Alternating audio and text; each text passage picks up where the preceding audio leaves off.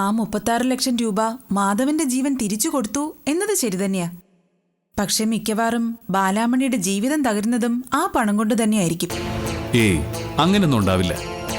ഏതായാലും സമയത്തിന് പണം കിട്ടിയതുകൊണ്ട് ആ കുട്ടിയുടെ ജീവൻ രക്ഷപ്പെട്ടില്ലേ.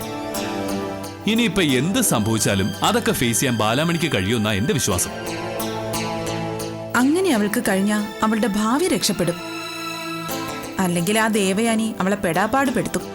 ആ, നീ ഇങ്ങനെ എല്ലാ കാര്യത്തിലും നെഗറ്റീവായിട്ട് ചിന്തിക്കാതെ. ദേവയാനി പ്രശ്നക്കാരിയാ, അത് ഞാൻ സമ്മതിച്ചു. പക്ഷേ അവരെ ഒഴിവാക്കാൻ ഒരു വഴി കണ്ടുപിടിച്ച ആ മാരണം ഒഴിഞ്ഞു പോവില്ലേ? എന്ത് വഴി? അല്ലെങ്കിൽ തന്നെ അങ്ങനെ ഒരു വഴി കണ്ടുപിടിക്കാൻ നിങ്ങളെ കൊണ്ട് അതിന് കഴിയുമെന്ന് തോന്നുന്നുണ്ടോ? അതൊക്കെ നീ കണ്ടോ സൗദാമിനി? ആ ദേവയാനി ഇവിടെ നിന്ന് വാലും ചുരുട്ടിക്കൊണ്ട് ഓടും.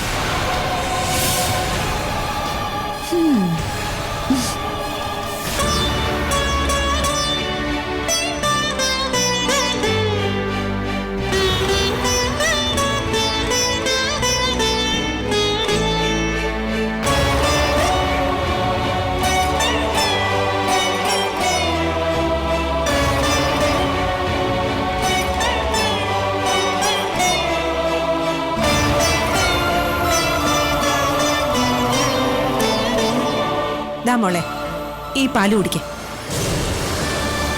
എനിക്കില്ലേ? നീ പ്രസവിക്കാൻ കിടക്കൊന്നുമല്ലല്ലോ. എന്താ ചേച്ചി ഇത്?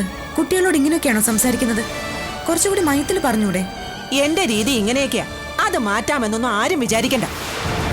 ചേച്ചിയുടെ രീതികളൊന്നും ചേച്ചി മാറ്റേണ്ട ആവശ്യമില്ല. ചില കാര്യങ്ങൾ മനസ്സിലാക്കിയാൽ മാത്രം മതി. ദാ ഇപ്പൊ തന്നെ ചേച്ചിക്ക് 2 ഗ്ലാസ്സിൽ പാല് കൊണ്ടുവരായിരുന്നല്ലോ. അത് ചെയ്യാതിരുന്നത് കൊണ്ടല്ലേ മോന് വിഷമായത്. ദേ കൊച്ചേ, ഞാനൊരു കാര്യം പറഞ്ഞേക്കാം.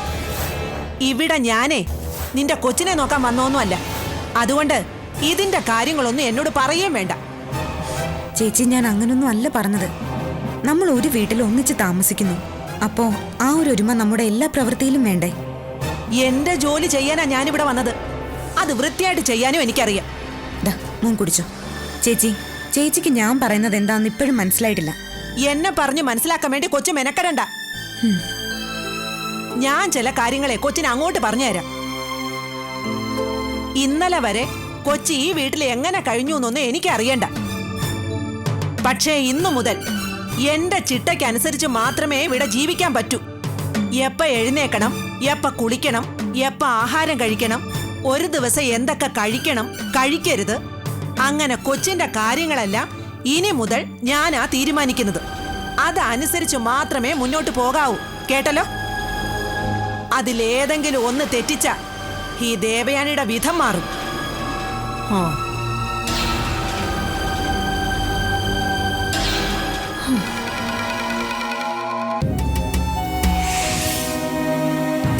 അമ്മേ, ഇവര് നമ്മളെ കൊല്ലാൻ വന്നേണോ അമ്മേ? മോനെ, അവരൊരു പാവം ചേച്ചിയല്ലേ. അങ്ങനൊന്നും പറയരുത് കേട്ടോ. എനിക്കവരെ കാണുമ്പോ തന്നെ പേടിയാ. നീ എന്തിനാ പേടിക്കുന്നത്? എന്റെ ചക്കരയ്ക്ക് അമ്മയില്ലേ?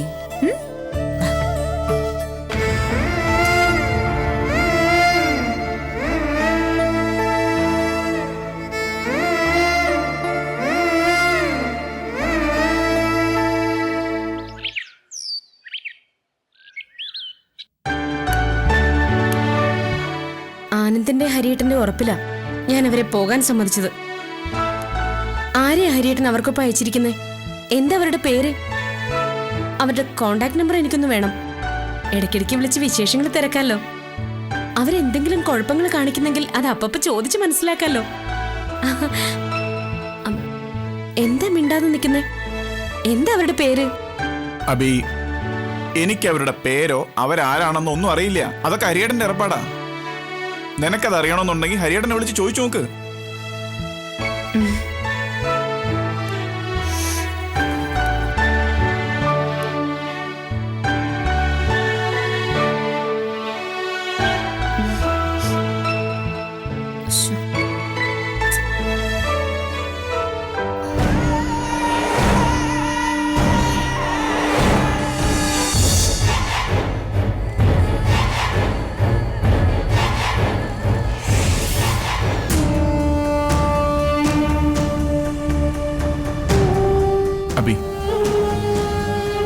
ഞാൻ വല്ലാണ്ടങ്ങ് മാറിപ്പോയെന്ന് ആനന്ദിന് തോന്നുന്നുണ്ടോ?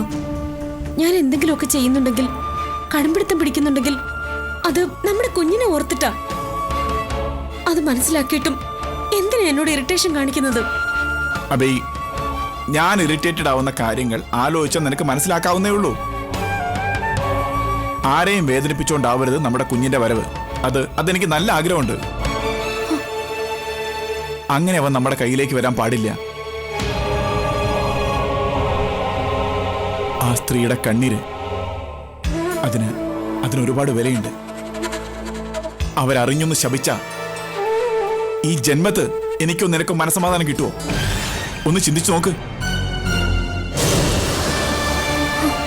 എല്ലാം എനിക്കറിയാം. എന്നാലും നമ്മുടെ കുഞ്ഞിന് വേണ്ടി ഞാൻ ഇങ്ങനെയൊക്കെ ചെയ്തു പോവും.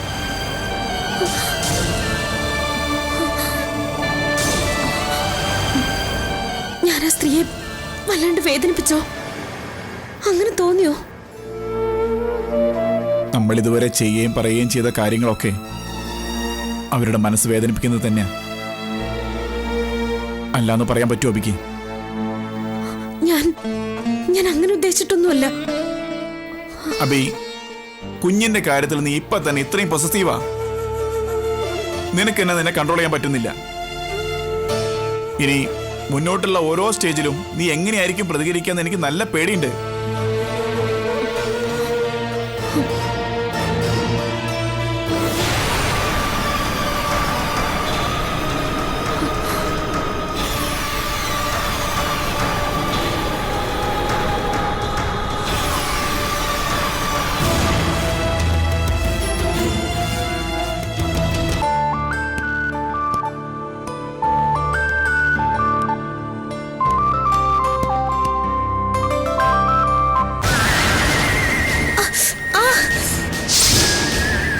അയ്യോ, എന്താ ഈ ചെറുക്കൻ കാണിക്കുന്നേ? ഈ ചെറുക്കനെ കൊണ്ട് വലിയ ശല്യമായല്ലോ ദൈവമേ. എന്റെ പണി ഈ ചെറുക്കൻ കളയിക്കുമെന്നാ തോന്നുന്നേ. ഒന്ന് ഇറങ്ങി പോവോ പുറത്ത്? നിന്റെ ഈ വികൃതി കാരണേ നിന്റെ അമ്മ അധികകാലം ജീവിച്ചിരിക്കുമെന്ന് എനിക്ക് തോന്നുന്നില്ല. മാധവ, എന്തിനാ നിങ്ങളിങ്ങനെ വഴക്കു പറയുന്നേ? അവന്റെ മനസ്സ് വേദനിച്ച എന്റെ മനസ്സും വേദനിക്കുമെന്ന് നിങ്ങൾക്കറിയില്ലേ? അവൻ അറിഞ്ഞുകൊണ്ട് ചെയ്തതല്ലല്ലോ. അങ്ങനെ പറഞ്ഞാൽ എങ്ങനാ? മോക്കോ മോളുടെ വയറ്റിൽ കിടക്കുന്ന കുഞ്ഞിനോ എന്തെങ്കിലും സംഭവിച്ചാലേ ഞാൻ സമാധാനം പറയണം. അല്ലെങ്കിൽ തന്നെ വളരെയധികം ശ്രദ്ധിക്കേണ്ട സമയം ഇത്. നിങ്ങൾ പറയുന്നതൊക്കെ ശരിയായിരിക്കും, പക്ഷേ എന്റെ മാധവനെ കരയിച്ച അത് ഞാൻ സഹിക്കില്ല. അങ്ങനെയാണെങ്കിൽ നിങ്ങൾ ഇവിടെ നിൽക്കുക വേണ്ട. കൊച്ചേ, ഞാൻ എന്റെ ജോലിയാ ചെയ്യുന്നേ. ഞാനേ ഇവിടെ നിന്ന് പോണോന്ന് നീ പറഞ്ഞാ പോരാ, ഹരിദാസ് ഡോക്ടർ പറയണം. അല്ല പിന്നെ ഹോ.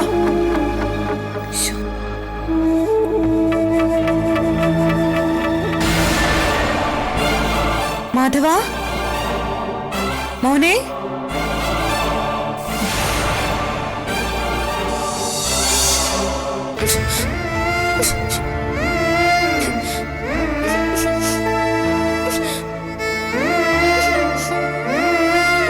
അച്ചുടാ, ആ ബുദ്ധിയില്ലാത്ത ദേവുമ്മ വല്ലതും പറയണത് കേട്ട് അമ്മയുടെ മോനെന്തിനെ ഇങ്ങനെ കരയണേ? അമ്മയുടെ കുട്ടം കരയണ്ട കേട്ടോ. വാ, നമുക്ക് ദേവുമ്മ എവിടുന്ന് പറഞ്ഞു വിടാമേ? അമ്മ കാണാത്തപ്പോ അവരെന്നെ വഴക്ക് പറയാ. അച്ചു, അമ്മയ്ക്കത് അറിയും മോനെ. കുറച്ചു നാളും കൂടി എല്ലാവരും ഇവിടെ ഉണ്ടാവും. മോന്റെ കുഞ്ഞുവാവ വരുന്നത് വരെ മോന്റെ അമ്മയെ സഹായിക്കാൻ വേറെ ആരാ ഇവിടെ ഉള്ളത്? മോന്റെ കുഞ്ഞുവാവ വന്നു കഴിഞ്ഞാ അപ്പ തന്നെ നല്ല അടിയും കൊടുത്ത് നമുക്ക് ദേവു അമ്മയെ പറഞ്ഞു വിടാം. പോരെ? മോൻ കരയണ്ടോ കേട്ടോ, അമ്മയുടെ കുട്ടനല്ലേ. സത്യമായിട്ട് അടി കൊടുത്ത് പറഞ്ഞു വിടുവോ? പിന്നെ നല്ല ചൂരൽ കഷായം കൊടുത്ത് പറഞ്ഞു വിടും. എന്നാ കുഴപ്പമില്ല, എന്റെ പുന്നാരമ്മയാ. പോയി കളിച്ചോ.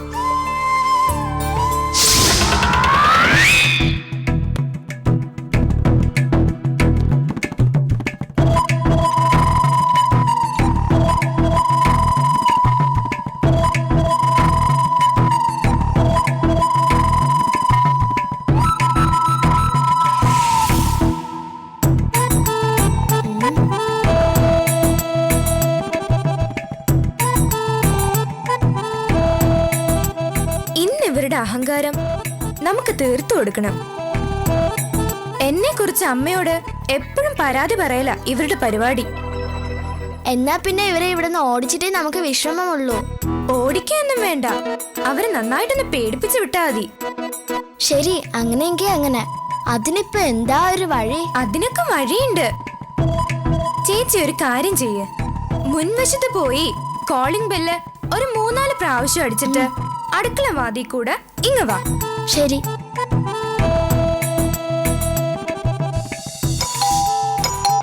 ആരാ?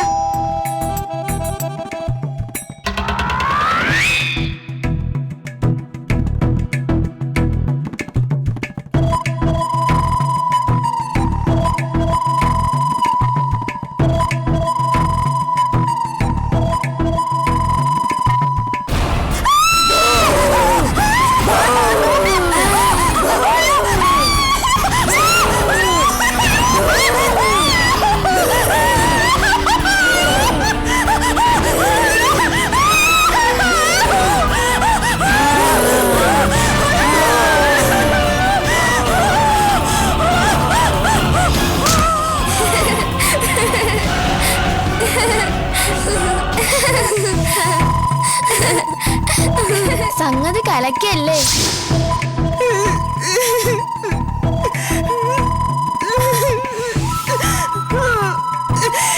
എന്റെ മക്കളുടെ ഭാഗ്യം കൊണ്ടാ വീണപ്പോ തല ചെന്ന് നിലത്തടിക്കാതിരുന്നത്. മാധവനും പിള്ളേരും എന്നെ എങ്ങനെയൊക്കെ ഉപദ്രവിച്ചെന്ന് മോക്കറിയോ? ഇവിടുന്ന് ഞാൻ ഇറങ്ങിപ്പോവാത്തത് എനിക്ക് വേറൊരിടത്തും ജോലി കിട്ടാഞ്ഞിട്ടൊന്നുമല്ല. ആൾക്കാർ അത് ഇതൊക്കെ പറയുമല്ലോ നോർത്തിട്ട. ഇങ്ങനെ പോയാലേ അധിക കാലത്തിനുള്ളിൽ എന്റെ ശവം ഇവന്മാരെടുക്കും. പോട്ടെ ചേച്ചി, പിള്ളേരല്ലേ, അവര് വല്ല കുസൃതിയും കാണിച്ചു എന്ന് വെച്ച്. ആളെ കൊല്ലം നോക്കിക്കൊണ്ടാണോ കുസൃതി കാണിക്കുന്നേ? എനിക്ക് പേടി ഇത്തിരി കുറവായതുകൊണ്ട് മറ്റൊന്നും സംഭവിച്ചില്ല. വേറെ വല്ലവരും ആയിരുന്നെങ്കിലേ അറ്റാക്ക് വന്ന് ചത്തുപോയെന്നെ. ചേച്ചി, ഏതായാലും മാധവൻ കാണിച്ചത് വലിയ വികൃതി തന്നെയാ. ഡാ, നിനക്ക് ഞാൻ വെച്ചിട്ടുണ്ട്. നിനക്ക് നല്ല അടി കിട്ടാത്തിന്റെ കുറവാ. എവിടെയാ വടി? ചേച്ചി, അവനെവിടെ? മാധവ, അവിടെ പോയി ഒളിച്ചിട്ടുണ്ടവൻ. അത്രക്കായോ നീ? മാധവ, നിനക്ക് ഇന്ന് ഞാൻ വെച്ചിട്ടുണ്ട്. നീ എന്താടാ ചേച്ചിയോട് കാണിച്ചേ? അവര് ശരിക്കും ബോധം കെട്ട് വീണോ? അവര് പുറത്തു നിന്ന് ഞാൻ നിന്നെ തല്ലുന്നുണ്ടോ, നീ കരയുന്നുണ്ടോന്നൊക്കെ ചെവി കൂർപ്പിച്ച് കേട്ടോണ്ട് നിൽക്കുക. ഞാനേ മോനെ തല്ലുന്ന പോലെ അഭിനയിക്കാം. ഓ ശരിക്കും ഉറക്ക കരഞ്ഞു. ആ പാവം അത് കേട്ട് രസിച്ചോട്ടെ. എന്നെ കരയ. നീ എന്താടാ ചേച്ചിയോട് കാണിച്ചത്? നീ അവരെന്തെങ്കിലും ചെയ്യോ? എങ്കിൽ നിന്നെ ഞാൻ ഓടിച്ച് കൊല്ലും, ശരിയാക്കി കളയും. നിന്നെ ഞാൻ വേദനിപ്പിക്കില്ല. ഒരു ദിവസം ഭക്ഷണം തരാതെടുത്തു. ശരിയാക്കി കളയും നിന്നെ ഞാൻ. എന്നാ അവരോട് പോയി മാപ്പ് പറയടാ. അവിടെ നിക്കാനാ പറഞ്ഞത്. നിന്നെ എന്റെ കൈ കിട്ടിട്ട് അടിച്ച് ഞാൻ ശരിയാക്കും നിന്നെ. കുട്ടികൾക്ക് ഇത്രയും വികൃതി പാടുണ്ടോ ചേച്ചി? അതെ.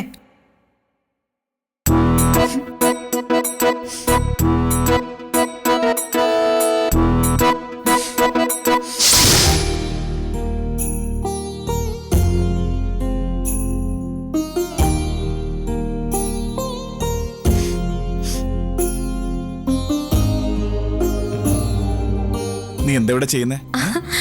നോക്കൂ, 1 മാസവും 10 ദിവസമായി ട്രീറ്റ്മെന്റ് കഴിഞ്ഞിട്ട്. എന്നിട്ട് ഇതേവരെ റിസൾട്ട് ഒന്നും അറിഞ്ഞില്ലല്ലോ. ഹരിയേട്ടനും വിളിച്ചില്ല. അതെന്താ അങ്ങനെ? നമുക്കൊന്ന് പോയി സംസാരിച്ച് നോക്കിയാലോ? ഇനി അവർക്ക് വേറെന്തെങ്കിലും പ്രോബ്ലം ഉണ്ടെങ്കിലോ?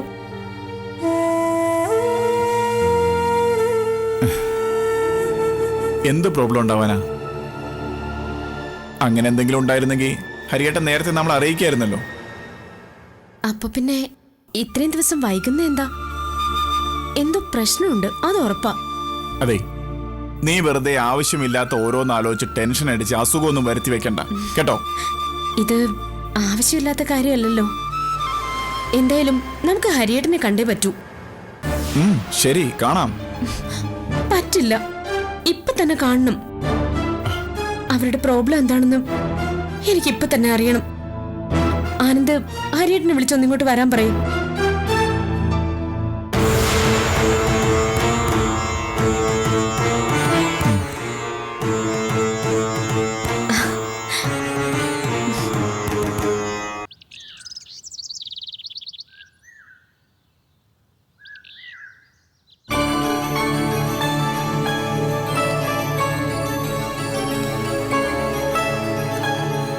ട്രീറ്റ്മെന്റ് കഴിഞ്ഞിട്ട് ഇപ്പോൾ 1 മാസത്തോളം ആയില്ലേ?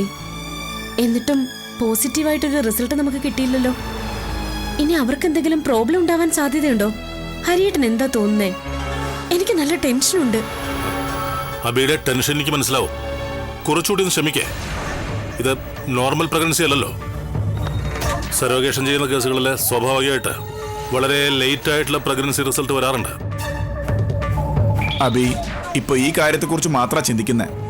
ഇത്രയ്ക്ക് ടെൻഷൻ ആവേണ്ട കാര്യമൊന്നും ഇല്ലാന്ന് ഹരിയേട്ടനൊന്ന് പറഞ്ഞ് മനസ്സിലാക്ക്. ഞാൻ പറഞ്ഞു തോറ്റു. എന്താ അബി ഇത്? നീ ഒരു ഡോക്ടറല്ലേ? ഇതിന്റെയൊക്കെ സാങ്കേതിക പ്രശ്നങ്ങൾ മറ്റാരേക്കാളും നിനക്ക് ബോധ്യമാവേണ്ടതല്ലേ? ഓവർ ടെൻഷനും പ്രഷറും നിനക്ക് പറ്റിയതല്ല. അതൊക്കെ നിന്നെ പഴയ അവസ്ഥയിലേക്ക് കൊണ്ടുപോകും. വെറുതെ നീ ആനന്ദിനെ വിഷമിപ്പിക്കില്ലേ? ഞാനൊന്നും മനഃപൂർവ്വം ചെയ്യുന്നതല്ല ഹരിയേട്ട. ഒരു കുഞ്ഞിനെ സ്നേഹിക്കാൻ, അതിനെ താലോലിക്കാൻ, അമ്മയെന്ന് അതിന്റെ നാവിന്ന് വിളിച്ചു കേൾക്കാൻ ഞാൻ വല്ലാണ്ട് ആഗ്രഹിക്കുന്നുണ്ട്.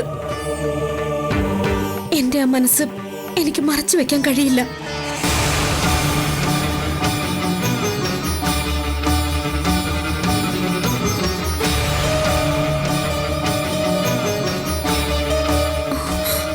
ഹരിയേട്ടനറിയാലോ, 2 വട്ടം ഇതുപോലെ സ്വപ്നങ്ങൾ നെയ്ത് കാത്തിരുന്നവളാ ഞാൻ. എന്നിട്ടും ഇനി ഒരിക്കൽ കൂടി അങ്ങനെ സംഭവിക്കുമെന്ന് എനിക്ക് പേടിയുണ്ട്. ഇത്തവണയും തോറ്റുപോയാൽ പിന്നെ ഞാൻ... അബി എന്താ ഇത്? നമ്മൾ കാത്തിരുന്ന പോലെ പോസിറ്റീവായ റിസൾട്ട് തന്നെ നമുക്ക് വരും. ഞാനല്ലേ പറയുന്നത്? എന്തായാലും കുറച്ച് ദിവസം കൂടി നമുക്ക് വെയിറ്റ് ചെയ്യാം. അതെ, അത് തന്നെയാ വേണ്ടേ. എന്നിട്ടും റിസൾട്ട് ഒന്നും ഉണ്ടാവുന്നില്ലെങ്കിൽ നമുക്ക് അവരെ കൊണ്ട് ഒരിക്കൽ കൂടി ട്രീറ്റ്മെന്റ് എടുപ്പിക്കാം. അവരത് ചെയ്യുമല്ലോ. എഗ്രിമെന്റിൽ നമ്മൾ അങ്ങനെ എഴുതിയിട്ടില്ലേ?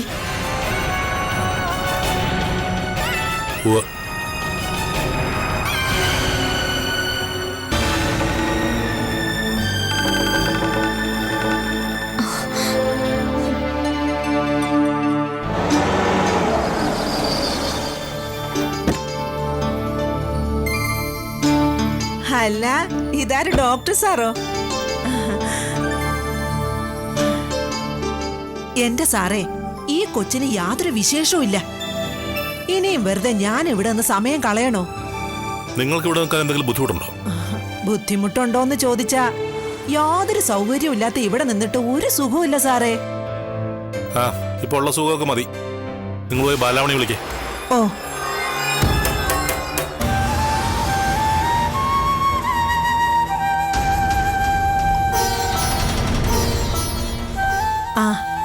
ഞാൻ മോളെ വിളിക്കാൻ വരികയായിരുന്നു. ഡോക്ടർ വന്നിട്ടുണ്ട്.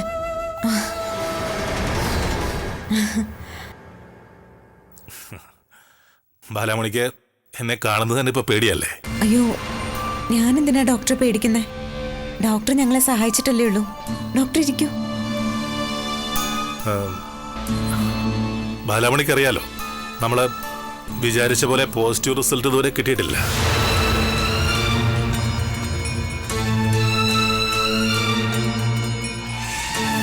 ഇനി കിട്ടുമെന്നുള്ള പ്രതീക്ഷയൊന്നും വേണ്ട.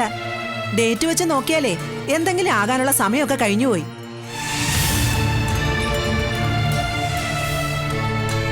ദേവയാനി, നിങ്ങൾക്ക് എന്താ ഇവിടെ കാര്യം? നിങ്ങളകത്ത് പോ. എനിക്ക് പറയാനുള്ളത് ഞാൻ ബാലാമണിയോട് പറഞ്ഞോളാം.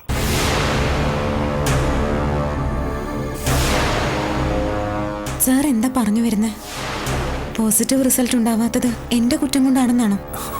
അയ്യോ, ഞാൻ അങ്ങനെയല്ല പറഞ്ഞേ. ഞാൻ എന്താ ചെയ്യേണ്ടതെന്ന് സാർ പറഞ്ഞോളൂ. അതുപോലെ ചെയ്യാൻ ഞാൻ തയ്യാറാ. പറയുന്നതിൽ വിഷമമുണ്ട്, പക്ഷെ പറയാതിരിക്കാനും വയ്യ.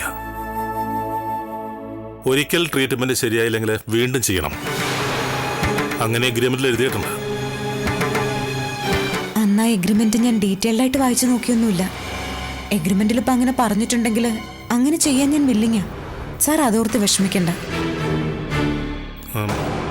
അത് മാത്രമല്ല പ്രോബ്ലം. പിന്നെന്താ?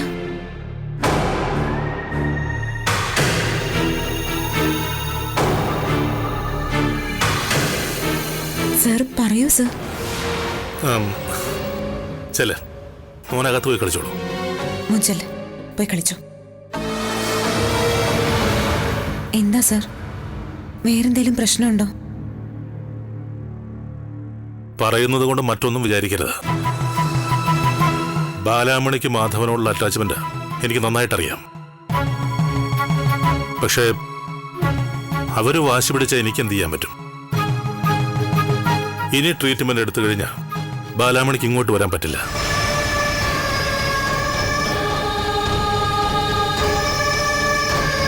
പിന്നെ മറ്റൊരു സ്ഥലം ബാലാമണിക്ക് വേണ്ടി അവരെടുക്കും.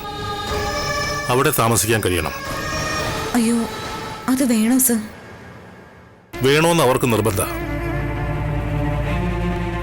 ശരി, എങ്കിൽ ഞാൻ അതിന് തയ്യാറാണെന്ന് സാർ പറഞ്ഞേക്കൂ. മാധവൻ അവിടെ ഇഷ്ടപ്പെടുവെന്നേ ഉള്ളൂ എൻ്റെ പേടി.